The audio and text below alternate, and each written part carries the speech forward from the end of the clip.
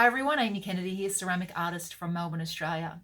I just got off a session with one of the artists in my Going Deeper Writing for Makers program. It's a 1-month program. It's a group program, but we have one-on-one sessions, which is really great. And I started them today and had a really interesting conversation with one of the artists. We spoke about quite a few things, but one thing that we discussed was this idea that we need to have consistent work, that we need to have our own style, that we need a signature style. And through the conversation, I sort of got to a point where I'm thinking, well, wait a minute, what is this business about consistency and style and signature style? Like, what does that even really mean?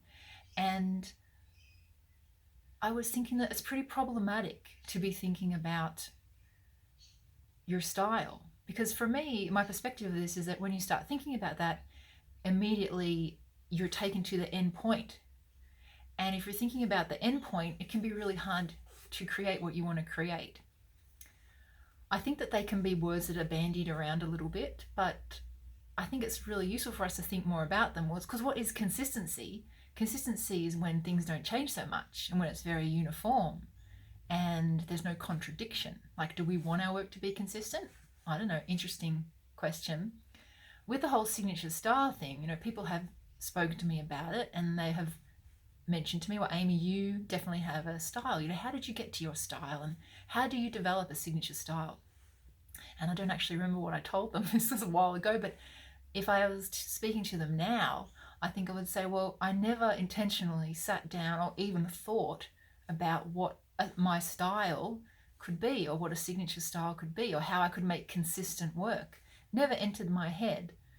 I think what happens with a lot of us is that we find something that we love to do and we dive deeper and deeper and deeper into it and we try and explore it in as many ways as we can, and what emerges is work that is slowly shifting and developing over time, and there's a lot of connection through that, and maybe that is what is labelled as having a signature style or having consistency. When I think of people's work out there, I just know it's their work. I was thinking off the top of my head, I was thinking, well, Gary Bish, who does ceramics here in Australia, when you see a Gary Bish piece, you know it's his work. No one else can do that. Kyoko Imazu, who's an amazing printmaker here in Melbourne, you know it's her work. Not because she has a style, maybe it's just the word style that I don't like, but it's her. She's in that work. And so I think if you think about these things, how do I make my work consistent? Maybe ask the question, do I want my work to be consistent? And what does consistency actually mean?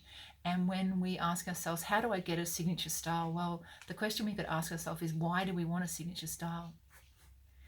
And I really think that, of course, all these videos about what I think, but, take it or leave it if you like. It helps me think through my thoughts. To always come back to the work that you make, the work that you love to make, and love to make it, make to love it even more, and just dig deeper and deeper into it and find out more and more and more that you can. I feel like 20-year anniversary of touching clay this year, that I've only actually touched that tiny surface of it. I'm sure many of you feel the same way. And so don't worry about being intentional or intentionally developing a signature style or a style. Be intentional in the work that you make and being fully absorbed in that creative process, and things will naturally emerge from that. So I hope that is useful for you. I got very inspired by the conversation. I had to make this video straight away, and I will see you soon.